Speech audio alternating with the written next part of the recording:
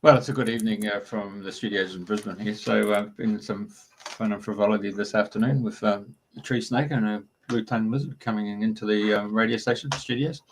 Without further ado, I'm going to hand it over to Andrena, and our guest today is also from Australia. Thank you, Jeffrey. Good morning, everybody. Good evening, good day, wherever you are in the world. And today it's the 5th of December, 2024. And today I'm very privileged to have Andrew Ge Holt in the show. So welcome, Andrew, and thank you for being our guest this week. Oh, thank you so much, Andrena. It's so wonderful to be here and to be invited by you to be on this channel with Jeffrey as well. Right. So I know you've got lots to share and I got lots of questions.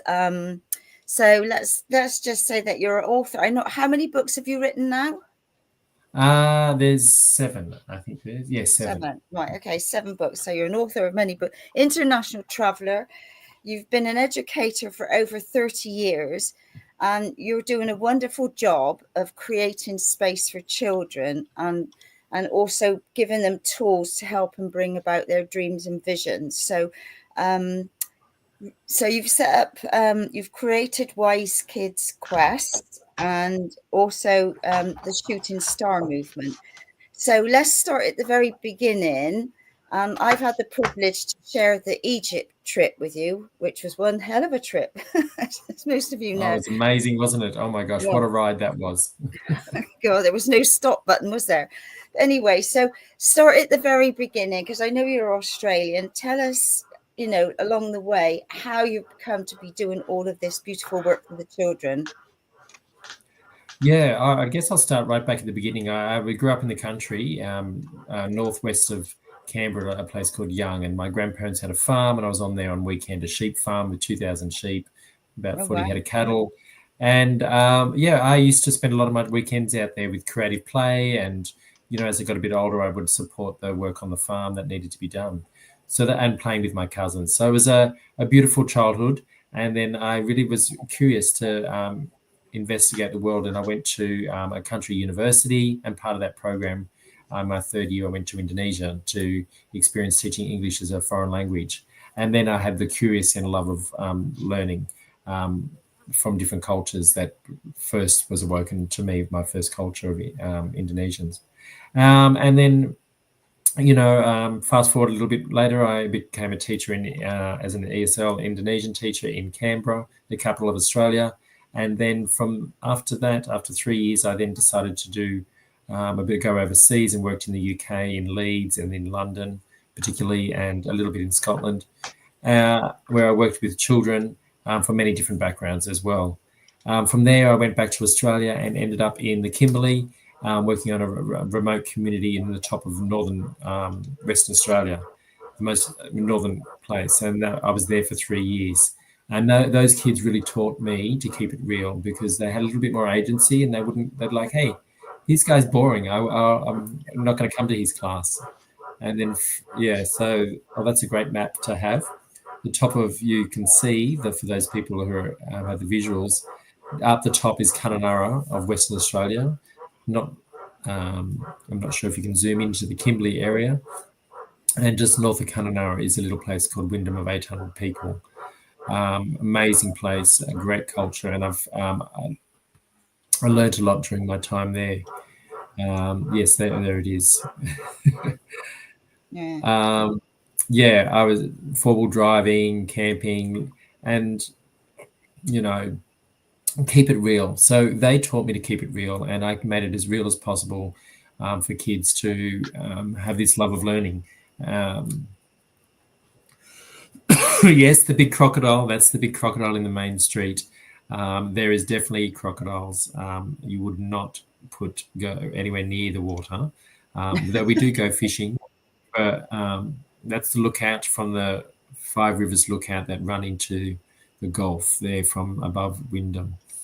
I got a $10,000, that's the port. I got a $10,000 grant to do an initiative.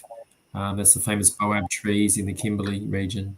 And we built a vegetable garden where we made things real and did a lot of our work around that, which now has turned into a bush taka garden, as far as I believe. Fabulous. One of the things, I really believe that children can give back as well.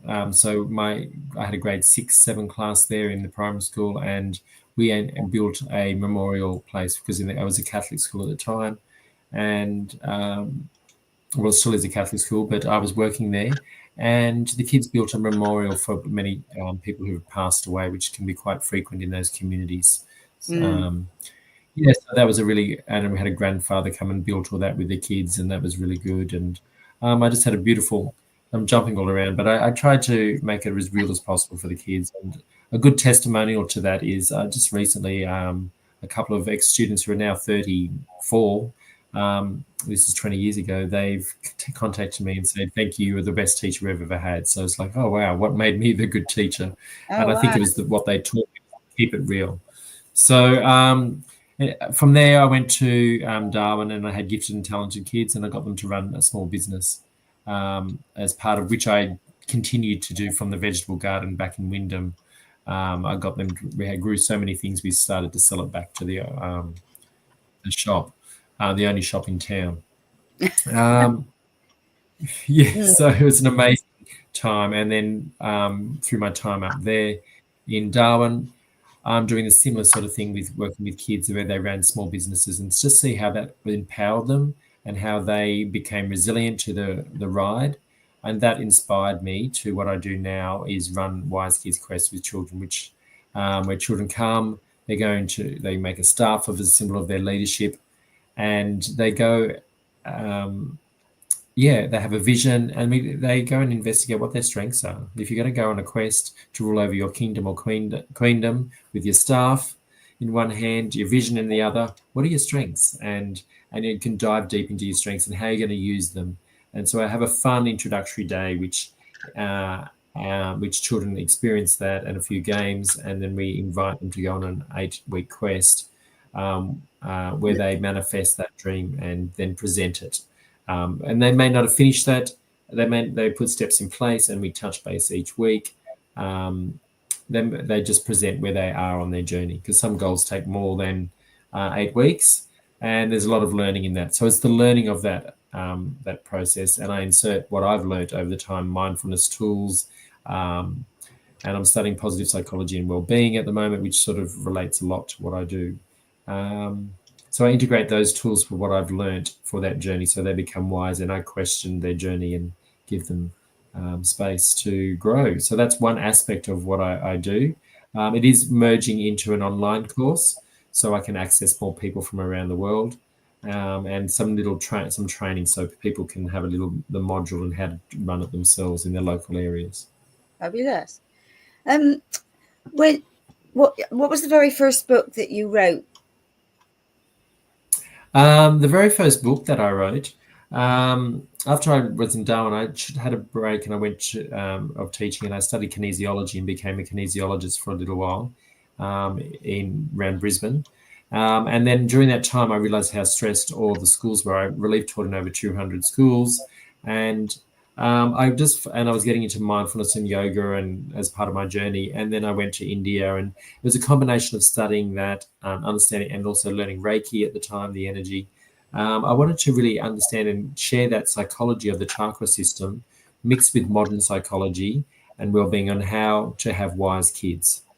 How do we want our kids to be wise? Well, we ask some self-inquiry questions. And so the first book was A Wise Apple Tree Helps Me, Top Tips for Wise Kids. Which is going to be one of the prizes today. Yeah, it's one of the prizes today. So this has been an amazing book. And I was, part of the journey on this book too was having the self-belief that what I had to share was good enough. And then the second book was, which Andrena's just shown in the Wise Kids series, is A Wise Water World Inspires Me. And that's more to do with the emotions. The first book is around the foundation, having a strong foundation on your mindset, and other different things to help you stay grounded and present. And the second one's more about the flow and being in understanding emotions and being empowered to reflect on your journey through those. So just one little thing on here, I had to empower myself too on here is the fact that I had to change my mindset because I couldn't afford an illustrator. So these are actually my drawings at age 37, or was I 38, where I had to practice to draw and for the first time in my life and to go through that. And when I sort of integrate that into the book as well, on one of the pages I talk about poisonous thinking. I'm dumb, I'm stupid. I can't do this. And that sort of killed off. That's why I said poison, because it actually killed, where am I here? That actually killed off my ability to draw for all those years. And so then I had to refertilize myself and say, come on, Andrew, what's your strategy? With practice, you can do that. You can get better and better. And I learned on YouTube for a year. I practiced on there and went to a workshop with children, sitting in amongst children to learn. I thought, I really need to get this book out. I did a road trip after I released it. I did release it actually in Canada for the first of all at my yoga teacher training to 70 people who were studying from all over the world. So there was a wonderful release, and I dedicated to all the wisdom of wise teachers from all around the world, past, present, and future. And then I did a road trip in New South Wales and got so many good feedback from counsellors, psychologists, teachers, parents, grandparents. And so I just thought, wow, there was a confirmation that I was on the right track. And that's why I went into the second book. So tell me, you say you were sat in the class with the children. I mean, that would have been an education in itself, wouldn't it? You know, because I know, like many years ago now, when my kids were at little school, and I volunteered as a reading mum, and kids have got so many stories to tell you, especially about their mum and dads. You know, I used to find it was just hilarious sit reading with the children, because like they're just so open, and so I bet that must have been quite an education, but quite a fun way of learning to be with such young children. Yeah, the 10 and 11-year-old, like, they were quite puzzled that I was here, and I said, "Oh well, I'm just being honest. Like, I'm wanting to become, I'm wanting to illustrate my book, and you can too. And so it doesn't matter what age you can, and I have this passion to do it, and I'm going to sit with you guys and learn as well." So they're open to accepting if you're open and honest and say where you're at. They might think it's a bit weird, but you know, usually when you're honest and straight front, they go, "Oh, okay," and they accept it and they're open for your reason. Yeah. So I know, like, you've is like with some of the children. I mean, some children come in and they know where they're going, what they want. They're like fully in tune or fully aware, if you like. And then some children don't. You know, have you got any stories to share about some of the children that have come in with amazing things they want to do, and others that haven't, and that you've opened them up and helped them, you know, with their visions and their dreams? So it's very interesting on, you know, when you work in a system which often doesn't allow that to happen, there is times when I do create space for them to do that. Like when I did create those, you know, the chances for kids to work together, to run their own little business, that seemed the passion. And then and then at times I would take in gems, like when I was relief teaching, I would take in gemstones to play with children. Like I just say, when we do this work, if I was a relief teacher, I'll get you to play with the gemstones or the crystals. And I do remember very clearly one day that I brought in, I had a selenite lamp, which I'd taken the lamp out, obviously, and I had some small stones. And one of the girls picked up one and said, you know, when you hold it like this, it's actually telling me what it wants to do. And I said, oh, really? And then across the room, another boy called out, well, it wants to go here, doesn't it? It's telling me it wants to go here. I don't need to hold it. And the girl said, yes. And so I said, well, okay, you guys, you can be part of the first group that plays with the crystals. And they made this magnificent sort of, I mean, in the center was the structure. And then they made these spiraling with all the other crystals with different clusters that I had for them to play with. And once that had finished, they was like, shh, everyone shush. The crystals are trying to charge and clear the energy and make the energy good. I'm trying to remember what they said now. And it's not working very well when you're so noisy. And I said, well, I know I don't work very well when it's noisy either. So let's follow the process these guys are doing. And so that was an intuitive process. So I like to create space, and then often, like, I don't even know where it's going until the children direct it, and then I can. Like another time, we were sitting around a tree in a garden, and I said, let's just. We're just coming back from getting Father's Day presents, I think, for the children who have the choice to buy some. And we're just sitting around under the tree in the schoolyard. And I just said, I'll just feel the breeze on your skin and everything like that. And afterwards, the kids sort of shared that. I said, oh, what did you feel like? One boy said, oh, look, I feel like I was a dolphin and talking with the dolphins.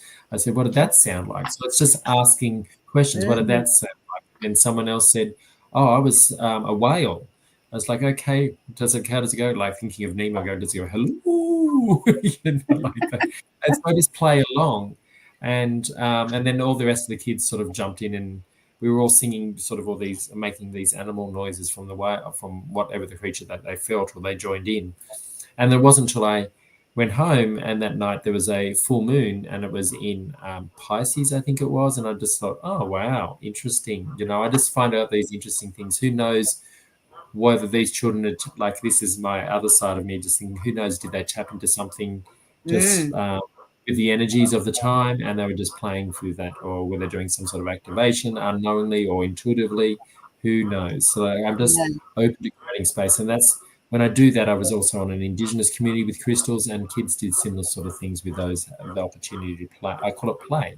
It's playing, and then you hear their imagination, their stories around it. And some of their stories relate to what I've read about Atlantis or Lemuria, Yeah, because like schools, I mean, I don't know if any of them are slightly more open or changing, but you weren't taught to be quiet, you weren't taught to be still, you weren't taught to go within, and I don't know how they explore children's creative side, especially if they're more open. And some of the children are way ahead of their years. I mean, one of my granddaughters is, my God, she's going to be a warrior. It's only 8, but she didn't have any nonsense, and she tells you as it is. And like, so for me, like, some of them that are coming in now are more open, more aware, and or awake, whatever the word is that there's different ways of I'd like to say more aware, I think, than awake. But are you finding that now that there are more and more that are tuned in, or have got an extra sense, can see more, feel more, as opposed to how it used to be going back? I think yes and no. I think if you have to create in the environment is right, and they trust you, I think my perception is that children have always been there and had that, and you just, as I grow in awareness and what I can provide for children, they've come to the workshops, and they've been able to feel like they can express in a safe way, or I provide something that they can remember and use and play. Around the crystal, I don't know what their children are going to do around the crystals in the future. Or then you get other children that have a vision of wanting to have their room painted blue for an instant, or want to become an electrician. So it doesn't necessarily mean the woo-woo side. It can be just their journey, and it's on that journey. What I instill is the reflection. So asking yourself on that journey as well. I'm here to share with you a wide variety of like gemstones, different musical instruments, different awarenesses shared from other children in like a space, and then we reflect on our own journey. What do you feel about it? How do you feel you could use it? And I create that space. These ones are these foundational questions, like who do you ask for help when you need help? This is the foundation from the book one. What's my style when I'm dealing with a bully? Where is my focus in those journeys? Those common grounding things that I need to continue to keep on my journey, keep going back. So no matter whether it's more of a like we're all in 3D bodies here, but whether we're on the 3D experience or we have a greater awareness of other dimensions or things like that as a child. So I haven't really come across children that have, I know of people that access, extraterrestrial information or from different galaxies. I haven't yet to. I know they're out there. I've spoken to people and I know people who have worked with those children, but I haven't personally at this stage. I know when we had Mary Rodwell on the show probably a couple of years ago now, and she was saying that she had so many parents contact her about her children were being, talking about where they come from, where they lived, and she got everybody, or she got the children to draw pictures of what they look like and what their home looked like. And she said that the amount that all came back exactly from the same planet, that all the drawings from all around the world, but they were the same shape, and the beings were, looked the same, however that was. So just amazing when you get everybody to sort of do something like that, and you see that they're all, like we all come from different planets and what have you. But so yeah, I see we got some of our lovely Egyptian tribe on the on the show, so which is lovely. Yes, hi Pauline. I see you there, Pauline. Thank you. Thank you for joining all those other people who are jumping in. And feel free. I'm not sure. They can ask questions and we can see them. And So please feel free to ask questions. Yeah, what do you think has been the greatest in all of your teaching, helping the children now? What do you think has been the greatest way forward for them? Because I know there's a lot of children come from different homes and broken homes and, all sorts of different things. So what would you like say a parent has got children and they can't get them to focus and concentrate? What tips from all of your learnings and traveling, and what tips would you share to help people with children now? I think many people probably know these tips, but if they really find something that they love, you find something that they love and you feed that passion. I think, particularly my experience is with primary schools. Sometimes they find, like, whether it's playing a guitar or something, they'll do that for a little while. And I think in a primary school, sometimes some children need to experience lots of different things before they find out what they really love. Others really know it straight away, whether it's, gymnastics, dancing, or tennis playing. Like I've got a beautiful niece and nephew. They've really found their passion. And from there, there is the journey. And so there'll be their journey of learning about that process, and having support around that by understanding when you fail at something is not really a failure. It's a learning lesson. What do I need to learn?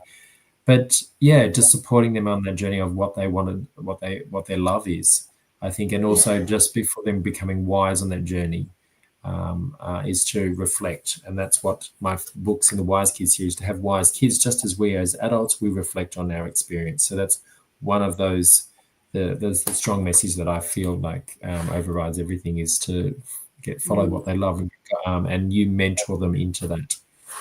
Like I remember one boy on one of the quests that I did wanted to be an archer.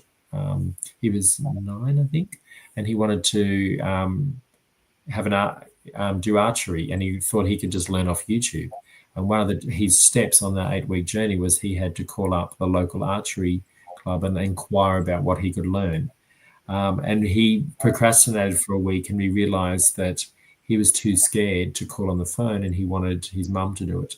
And we were like, well, no, this is your quest, and this is a chance for you to step into bravery, because it's great when you have a fear, then you can then step into bravery. And this is where practicing our strengths empowers the children. And so, yes, we might scaffold it. Let's prepare some questions and practice with mum first.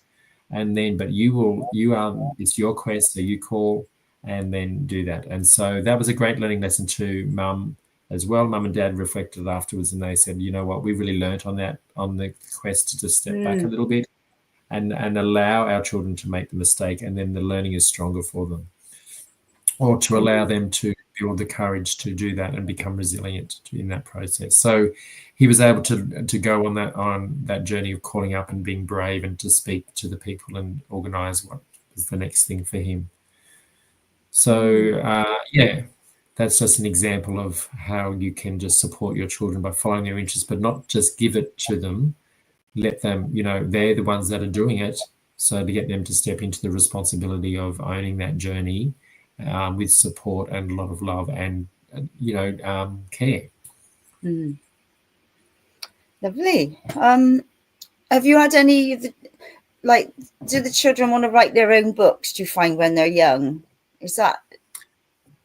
Yeah, so a lot of the schools that I've gone to and done different presentations at, I get many come up afterwards and say, I'd love to be an author, I'd love to illustrate books, and then they go straight away. And if I go back to that school or I talk to different teachers, the feedback I've got given, because sometimes I'm a relief teacher and I go back to those schools, the kids run up to me with their version of the books, of their creative writing, and want a little bit of a few tips and things. So that's quite inspiring to know that, when they see something happening. And also when I do talk to them about my mindset, about my journey of having to illustrate, and how, I wasn't at a primary school level, I wasn't the best at English, but I had such a strong message that I really wanted to support people, that I felt that this is it and I will find a way.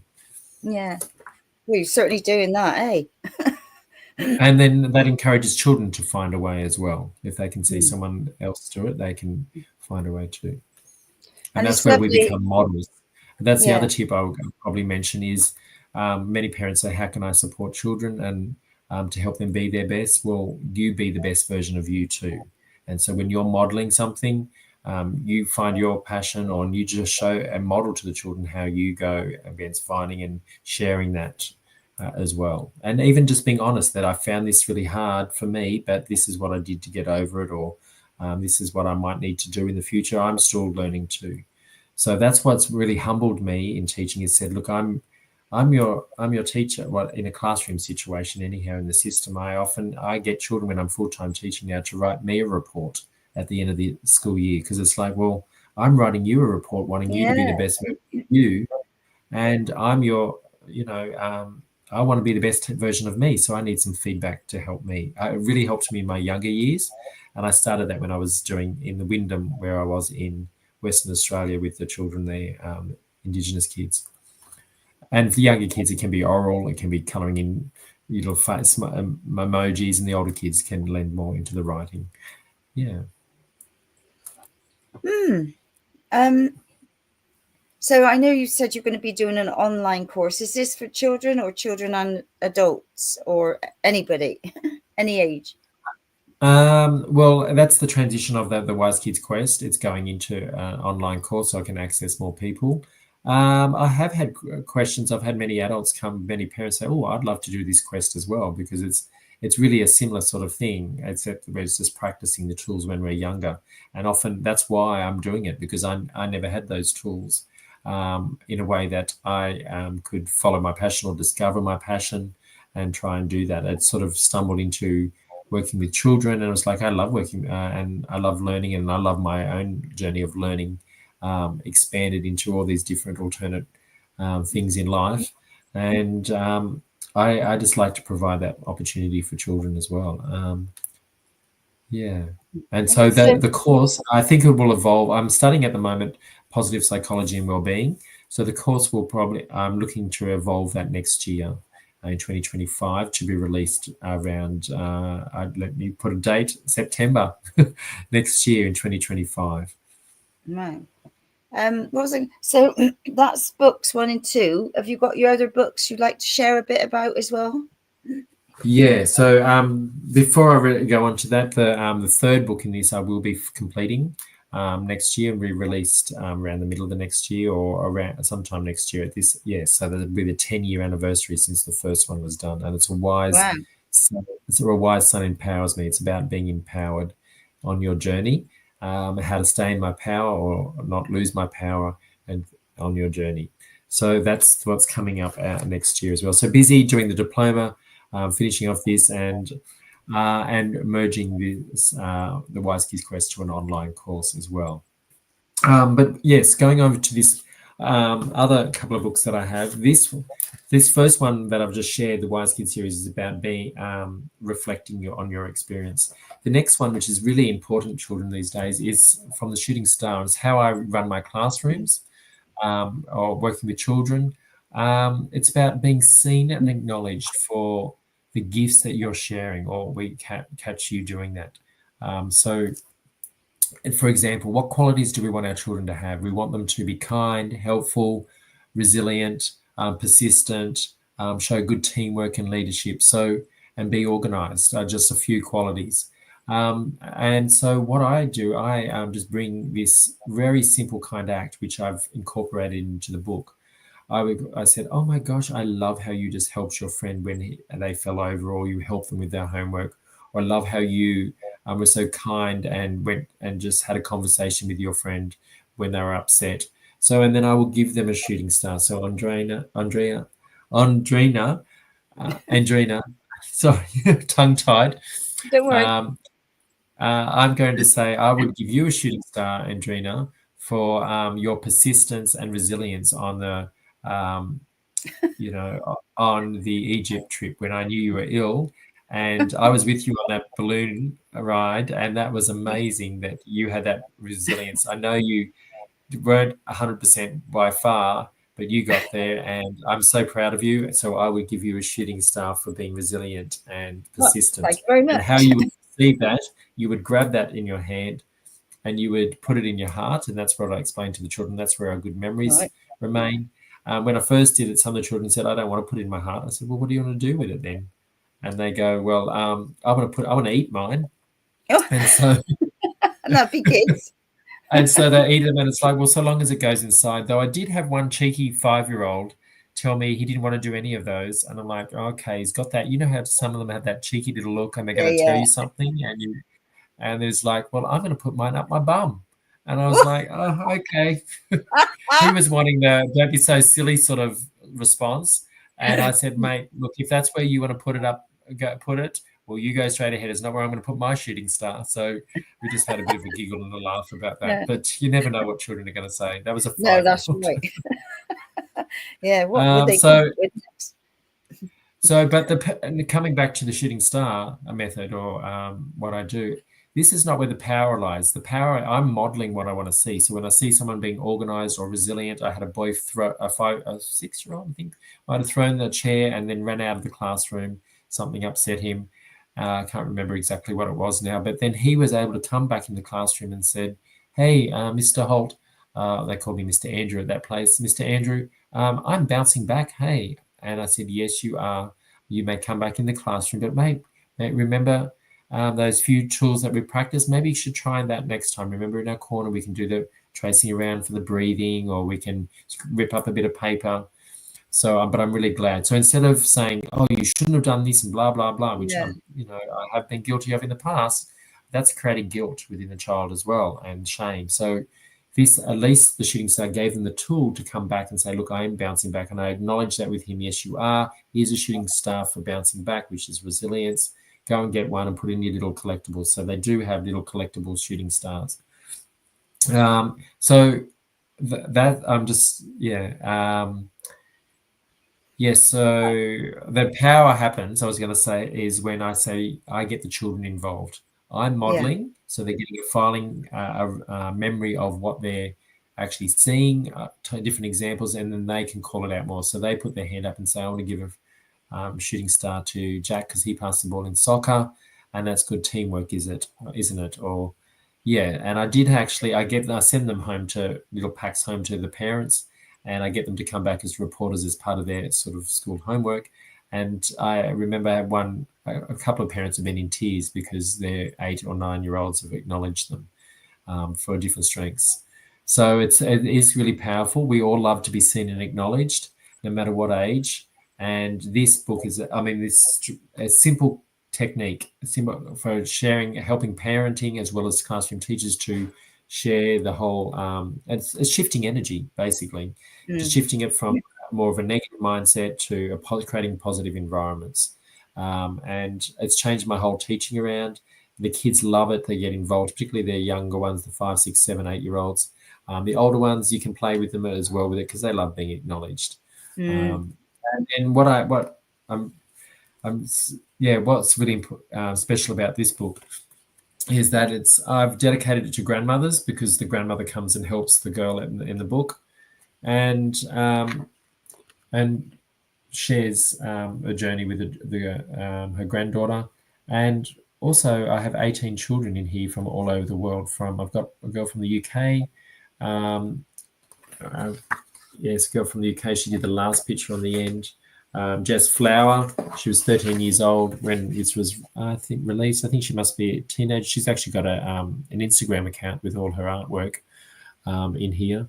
Some of the girls do. So 18 children from Germany, from the Solomon Islands to Indonesia. And so it was a massive 2.5-year project, and it was released in 2021. So it was it's got the potential to, to support communities. I'd love to grab another school out there. If you know of a school or a community, a homeschool community, whether you want to jump in, I'm happy to get, there's actually 25 illustrations. Happy to have a community where we can insert that in, and then we can publish it, and you can have your own shooting star movement happening with your own community. That's lovely. It's a great idea. I've one thing I just needed to mention at the end, after the girl has been giving shooting stars to everyone. Her mother sits her on the bed, which you may have seen at the end, and she gives her daughter a journal, because she's recognised everyone except herself. So my shooting star journal, you get children to write down 3-star qualities, probably the older ones, that you can do with a parent. 3-star qualities you've shown today, and 3-star qualities you've seen in someone else, and you just have space to draw a fun memory for the day. If you get stuck, there's a whole list of characteristics at the beginning. And what's really surprised me, I've had adults who've suffered from depression said, I didn't even know what my strengths are. Do you think this book could help me? And I thought, you know what, give it a go and let me know how it goes. And so we don't naturally get taught our strengths in our generation. So what are my strengths? And so that can be skill-based, or it can also be personality-based. And we investigate that on the Wise Kids Quest as well. And that sometimes the whole families come involved as well and learn more about their strengths. Mm. And it's like you say, it's an education for the children, but it's also an education for the adults as well, because like what we were taught at schools, it's nothing like, well, I don't know, I haven't been back to school, but you know what I mean, is things are changing, and I don't know how much schools have changed in their way of doing things, but getting them to be more open and sort of in touch, like with meditation, we're doing breath work, we're doing like drumming and things like that, bringing out their natural rhythms, and getting them to, because I know a lot in the past, schools will shut you down, you're no good at that, you can't do that, and that's it. People's got a block and they don't sort of move on and break through it. And it's like now we're all learning different ways of re-educating ourselves, how we can help each other. And it doesn't have to be like encyclopedias. It just needs to be simple ways that we can all help each other. Yeah, and I think that's the key, is the simple ways. Like, simple things like a shooting star is like a very simple, free sort of thing that you can give, acknowledging, but it's actually changing your mindset as an adult. And it's also modeling that to the children to follow, which is part of the reticular activating system of what I focus on. I'll begin to see more. That's a part of the brain. And it's that part of the brain when you see a brand new car, or you buy a brand new car and you go, oh my gosh, there's other ones the same as mine. Or if you're a pregnant woman, you all of a sudden see more pregnant women. That's the reticular activating system work. And that's a big emphasis of what is behind my book, is what you focus on, you'll begin to see more of. And you're like, do you know how many shooting stars I see now? Like last year, I went to the Solomon Islands and I was going into a remote community, and the first child I saw, there was a shooting star on her shirt. Like, what? I was remote teaching in 2021 in the Northern Territory, and there's a truck that comes in to water to stop all the dust from the roads. And on the semi trailer on the cab is shooting stars. Like, what are the chances? I've never ever seen that.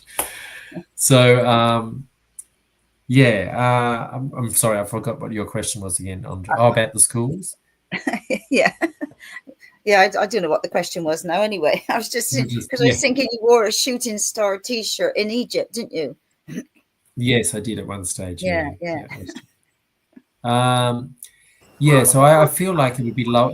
This is where I would feel like the education systems needs to shift to create space where children can be navigated on their own journey. Because it's not about the information, because they can get information. It's about what do you love, how do you research it, and then share it. Be brave enough to share it to the rest of the world, whether it's in whatever form that may be. Whether it ends up being a music album, whether it ends up being a book, whether it ends up being a dance. Hang on a minute, Jeff, can you mute yourself? The frogs are a bit loud. Yeah, I was just going to butt in there. Hey, listening to you, what was really empowering to bring in a focus was Gary Chapman with his 5 love languages, and as a means of communicating with adults. And then he came up with the 5 love languages for adolescents. And your book seems to take it as an education point of view of actually working on brain gym or educational kinesiology, which was brought into New South Wales schools, but then one of the premiers who just moved in some 10 years ago stopped it from coming through the juniors, where they bring in right brain, left brain, and doing the integration with simple techniques in order to take it to that level where you get out of that left brain, move into the right brain, and then when you get to around 14, 15, then, or even at 16, then start bringing in the left brain, which was Rudolf Steiner's concept of allowing youth to actually experience education, I suppose is the best way, rather than be put in a classroom and then told you got to do maths, English, geography, history, social studies. It was more of a framework for experiential. So the fact that you've been in all these little communities and you've actually, listening to you've actually taken on board, well, I want you to critique me. I thought that was the best word of advice that I've heard from someone like yourself as a teacher, asking the kids to critique you. I think that takes you to another level as a teacher and a facilitator and a human being. Andrew, it's fantastic what I've been listening to.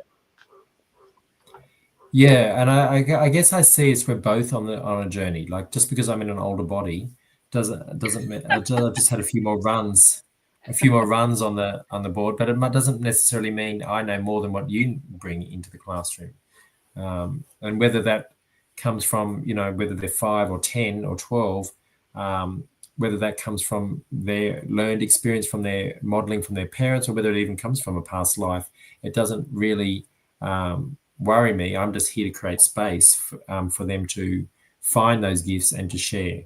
That's what I feel like my mission is, I guess, and to support those people around them, whether they're parents or educators, in that process. And it can be challenging in that system to do that, and it's quite frustrating for me to often see that and have those constraints. And I would love to be able to.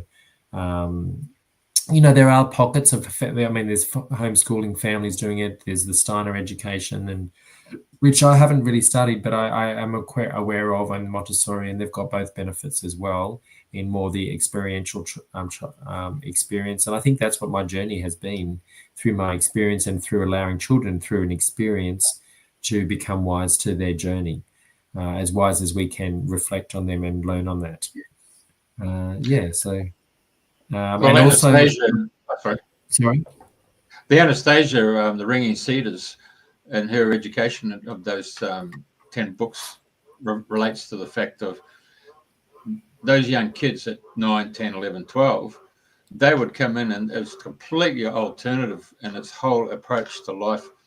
And those young kids would actually sit down and become complement each other, and they would dig down and go right through to the end of the subject. And there's one of the chapters there in the book 7, I think it is, there's this so-called doctorate who's now 29 years old. He comes there and there's an 11-year-old explaining to him his degree in such a manner that he's now the professors now finally understood what his degree is all about. He got taught by a 9-year-old what his degree is all about in really simple, common sense education.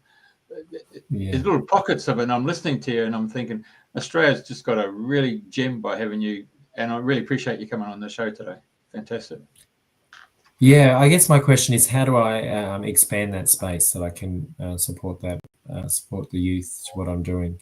More than, I'm doing what I can in stepping in. I'm a district relief teacher at the moment, so I'm not full-time teaching in one particular classroom. I'm taking small contracts, and I'm in an area where I can just go in for a day, and then I share the shooting stars, and I do that to a degree. It's just me taking it to the next level is where I need to go to share out to the world and create this space.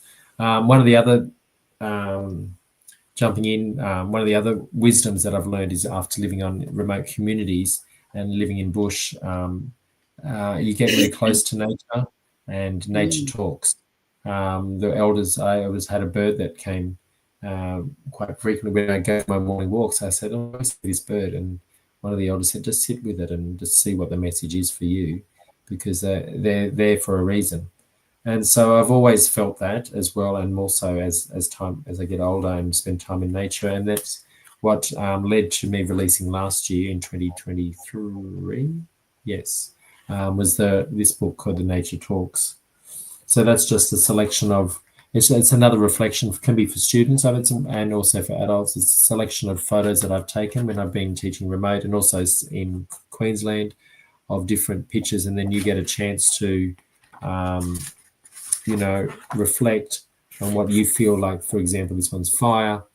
Do I need to ignite something, burn something off, or do I have a memory with fire that I write? And my subconscious, once I'm writing, as we know in journaling, can reveal different things or awarenesses around that. So that's another way to access your wisdom, whether you're a child or whether you're an adult as well. But that was the latest one.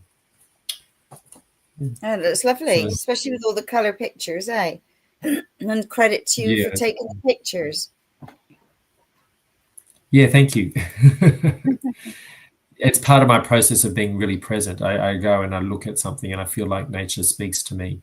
And and it does. It really does. The energy of each plant, it's like medicine, I feel. And, there's a whole lot of body around that as well, that information. So what are your next... Sorry. Well, I was going to say, when you have country people and they come to the city and they will just say, "It's too big for me. I'm out of here. I just can't handle it." Off they go. And when a city person goes out to the country, all of a sudden their energy field expands and they just feel so grateful for the silence. I think that's the best way to say it when you go out the country and out bush. It's a silence that allows you then to embed, the earth that you're walking on and the actual air that you're breathing and then the wildlife.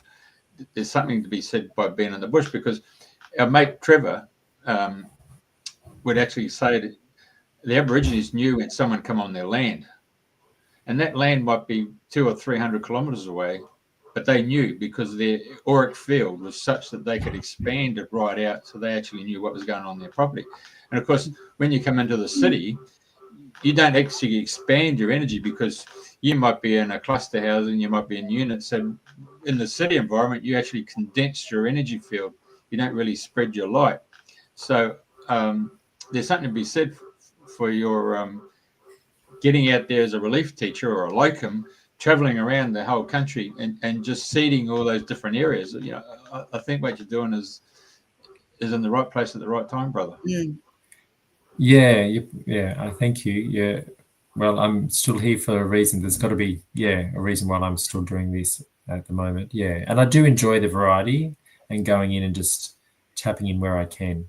And, it's like you're going in and someone's on trail. You might speak to a young teacher or someone else, and they may, take up what you're doing or listen to something. Yeah, so...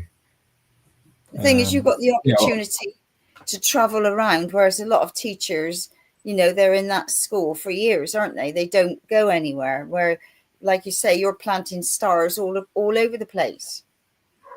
Well, I guess too, my so I don't have children, and so that's sort of been helped in that aspect. I think all children, I feel like I put that extra energy in because I don't actually have my own. So yeah. Right. Anne says the Anastasia books by the Ring and Cedars Press, so full of info that makes so much sense. I love these books. Did we talk about that in Egypt? I remember talking to somebody about the Ring and Cedars. Was it yourself? I can't remember. Have you read them? Hello, Bonnie. We may have had a conversation, but I have not read them. It's one of the series of books that I would love to read. So that's this conversation's reminding me to access those because I feel that would be amazing. Yeah, because I know when we read the first one, we just couldn't put it down. We had to. We went through this set in a short space of time. Yeah. I'm open to obviously, I've heard so many great things around that and love to incorporate that into wisdom that I can share in the Wise Kids movement. Hey, up at Kingaroy, you got a professor, Dr. Sandra. I can't pronounce her name. Well, the fungi. Yeah, she does. I'm not. She's Polish, isn't she? Yeah. Funny because she does the mycelium network. Talks to the mycelium network and the fungi and how the trees talk to each other. Look her up. I can't pronounce her last name. Yeah, I'll find you the link. But Sorry. I thought of her yesterday because I went out and I took some pictures of fungi, and I was thinking about her. Yeah, so funny you should say today. Yeah. Let me look it up. Now I better. Yeah, I will look it up. Yeah.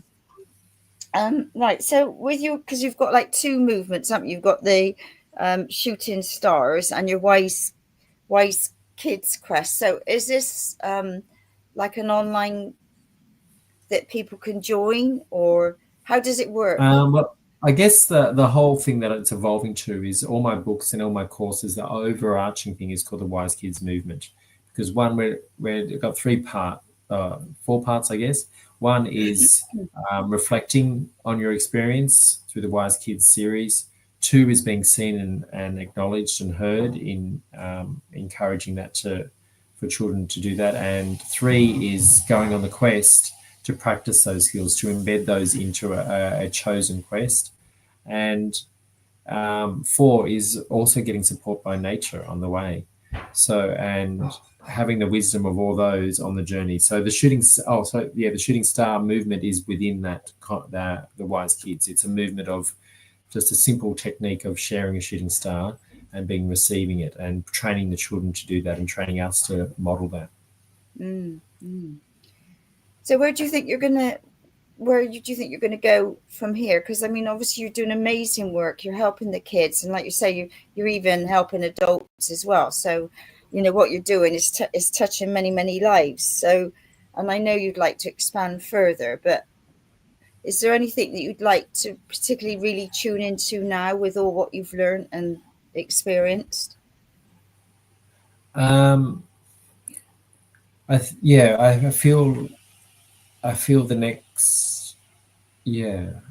next thing for me is just to ground in the 3rd book and have that series complete and finish my diploma of positive psychology and wellbeing. It's sort of understanding the Western understanding of how to set up positive environments, which I feel like I'm doing already, but I'm just getting the wider perspective of research.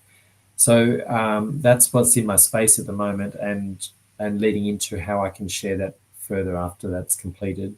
Well, I think will evolve as it goes. And if you've anyone out there who's got any suggestions, or I'm very open to that. Social media is, I'm just the one person at the moment doing that, as well as many other things. So I'm doing as much as I can with the time at the moment that I'm doing. But I would love to expand it to reach more children and to have different coaches, I guess, around the Wise Kids movement into following a methodology of, or just a simple workshop or something online where I can just talk to parents or educators to sort of how they can support it and give a bit of a guideline. So it's evolving over to that as well. Right, so we ought to say that we've got the 2 books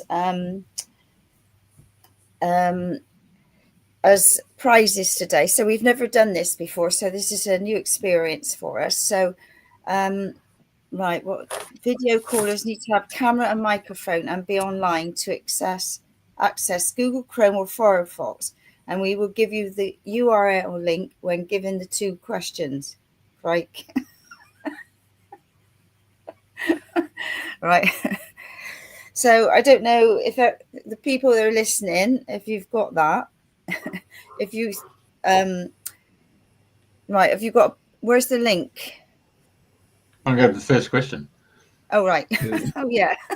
This is the Right, first question. everybody. Question 1. You go. What is one way to empower children to be wise? So that's the question 1. Yeah. So in your experience, your experience, how have you helped children to be wise? Yeah. Okay.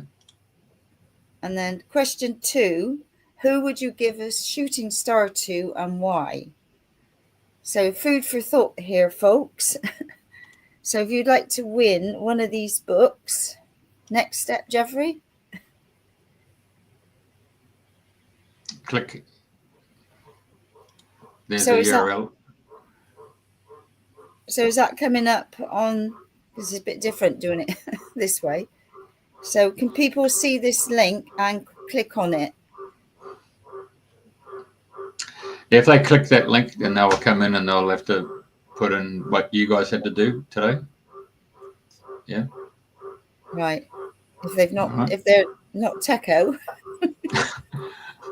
Well, they're obviously watching, so if they've watched it, they're obviously online. It's just a matter if they've got a phone, they've got a microphone and a video, so they can actually come into the show. And you probably even know them.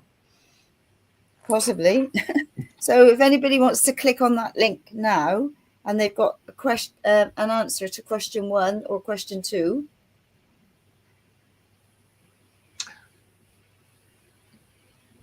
So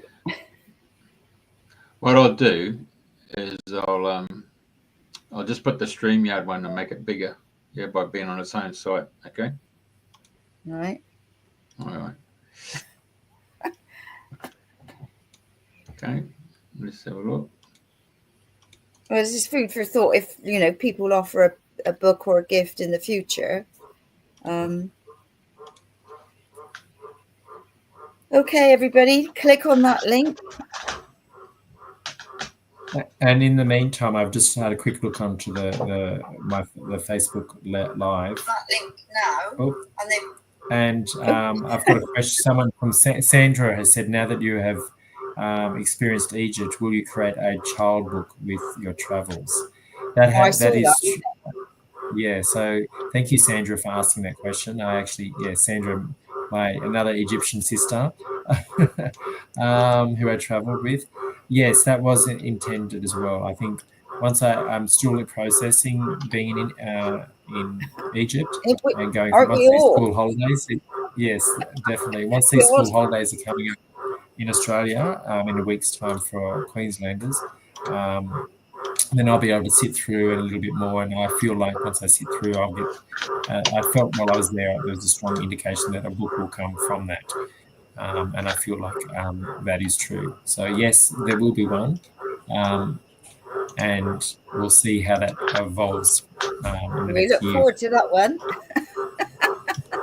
I need to write full time. I think it would be great to be able to do that. Thanks, Sandra, for your question. If anyone else has any other questions, they could do that. And if you feel like you can answer a question where if you're listening on my Facebook Live, you can type your questions in there as well if you can't work out how to access that link. But the links are on there, isn't it? The frogs are trying to answer a question. Cool. Yeah. The frogs. I have to look at the medical intuitive for frogs. Well, actually, this afternoon we had a tree snake. It was only 1.3 meters long. It came into the offices. And then shortly, within 5 minutes, in came a blue-tongued lizard. Actually, and because I moved out of the office, and decided to sit in the radio station studios, the blue-tongued lizard came right up to me. It would have been less than a foot away. And I looked down and I said, "Hey, mate, what's going on here?" I get up and he starts walking out, and then he goes out the front door. Boom, boom. Yeah, and that's true, and that's another thing that we can access and support our children in accessing wisdom of the animals as well. In ancient cultures or traditional cultures, they still have access. They still understand the meanings of the birds and the significance of animals, and so through understanding that too, we can become wise to what they come to share out their messages, which I alluded to in the Nature Talks reference before. Yeah. Reference before. Right, have you got anybody putting anything in, Jeffrey? I don't know. Hang on a sec.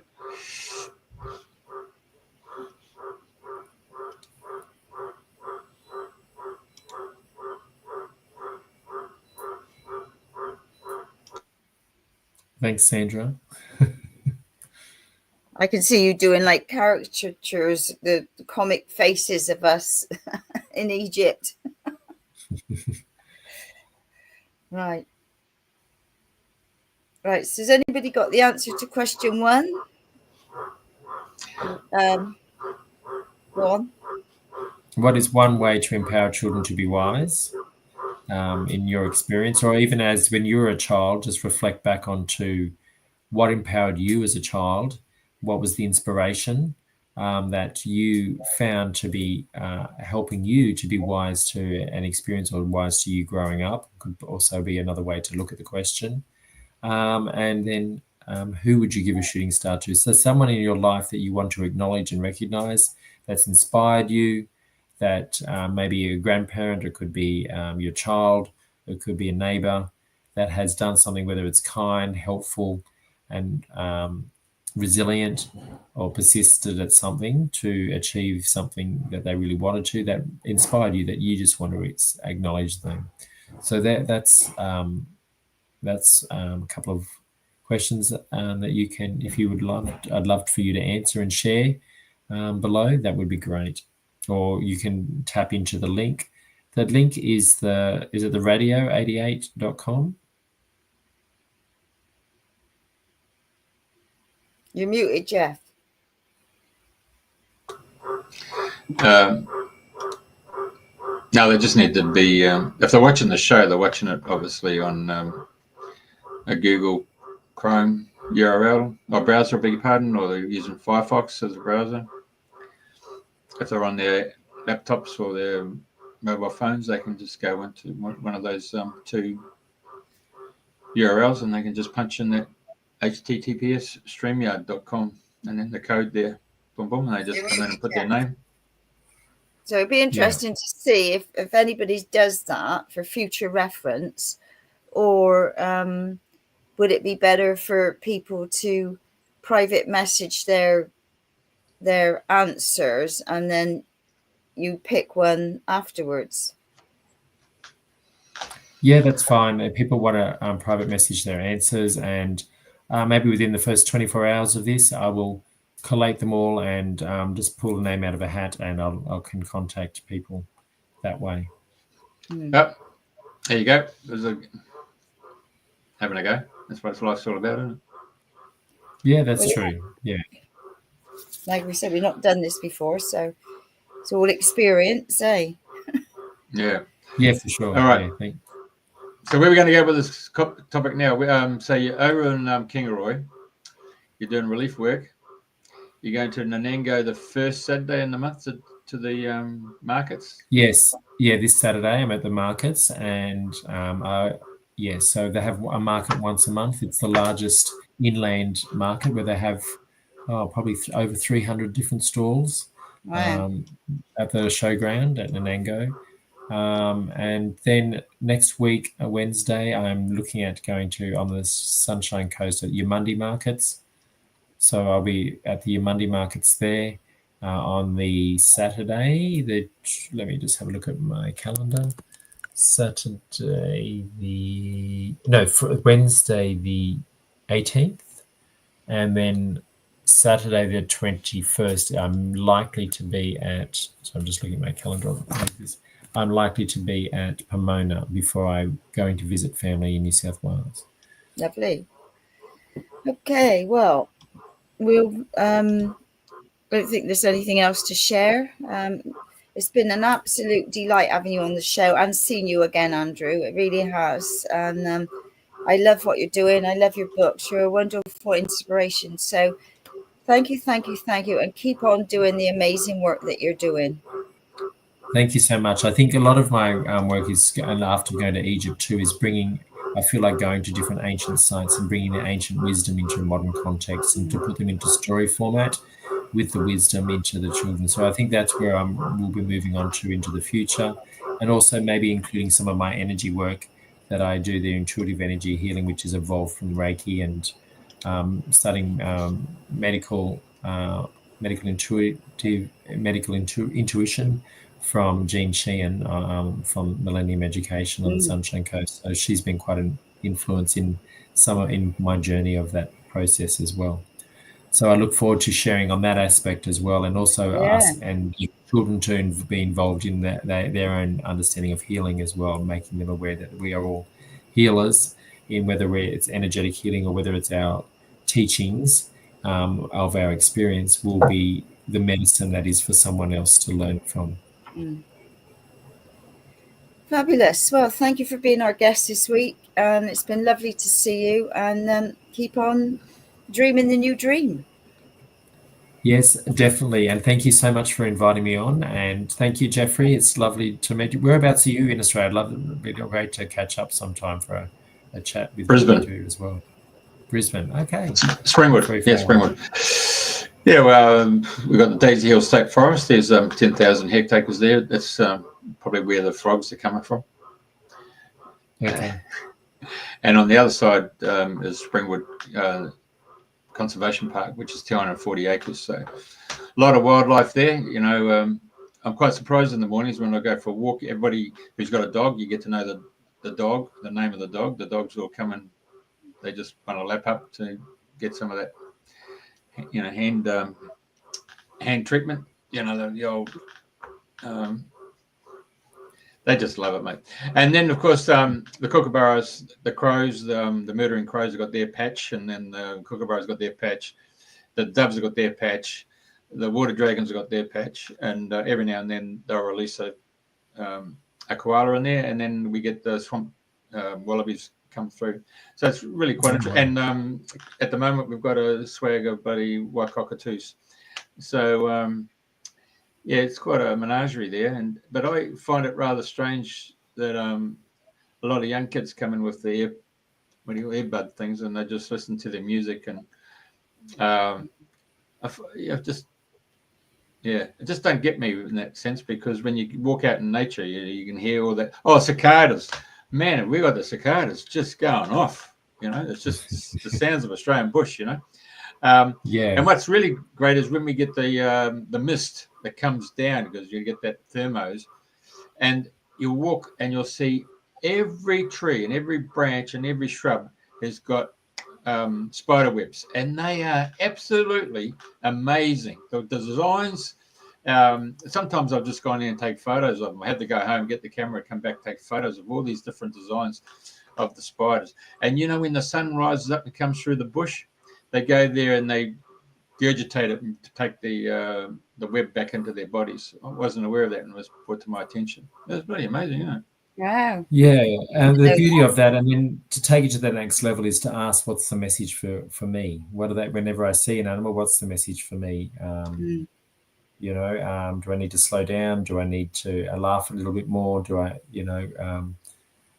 I saw there was a snail that was in my awareness. I came across the kitchen floor yesterday morning, and part of my remembering of coming into summer is often I'm getting so active that I can, not support my adrenals so much, which I've, worn out a little bit a few times over summer because I've just do.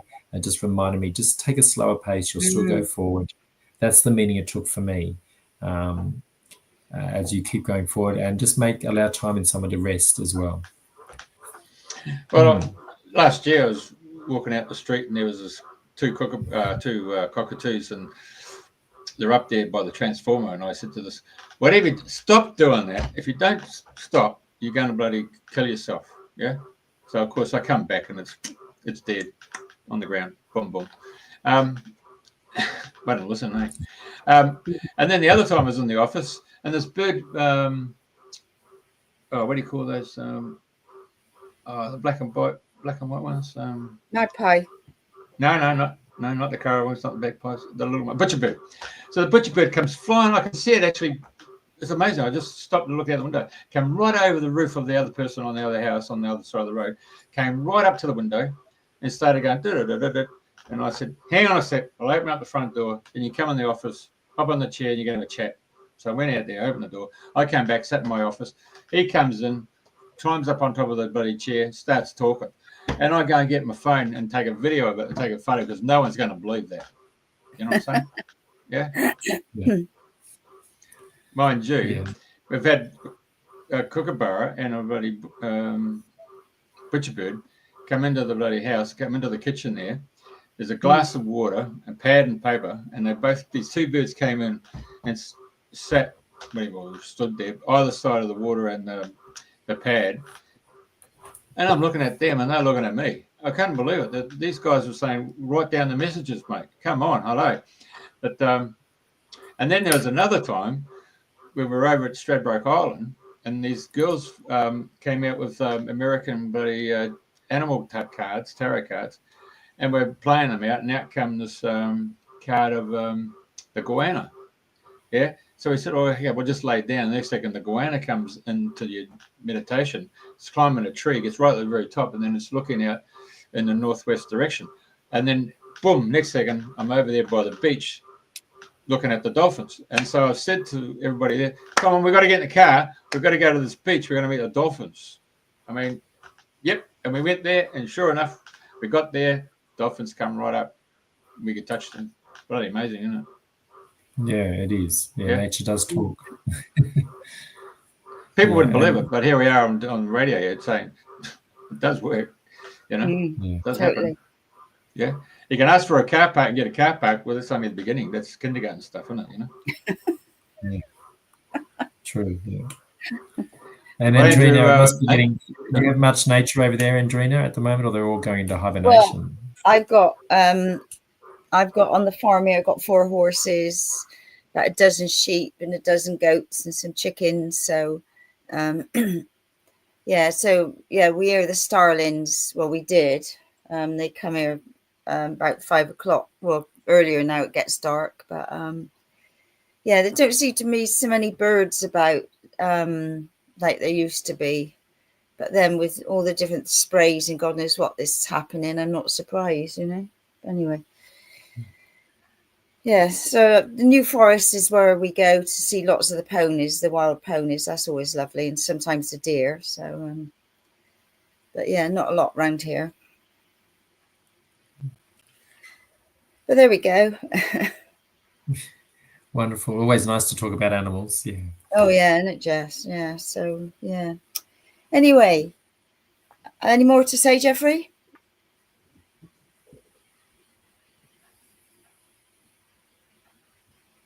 Oh, can't hear you. Oh, yeah, sorry. I just realised. Yeah. Got to compete with the frogs. So here we go. We've got this little thing that Andrena asked us to do. So I'll just put this on. Stay online, Andrew. Hang on a sec. Someone just come through a comment. Hang on a sec. Oh, thank you, Sandra. Thanks, Sandra. All right. Thank you, everybody. Same time next week.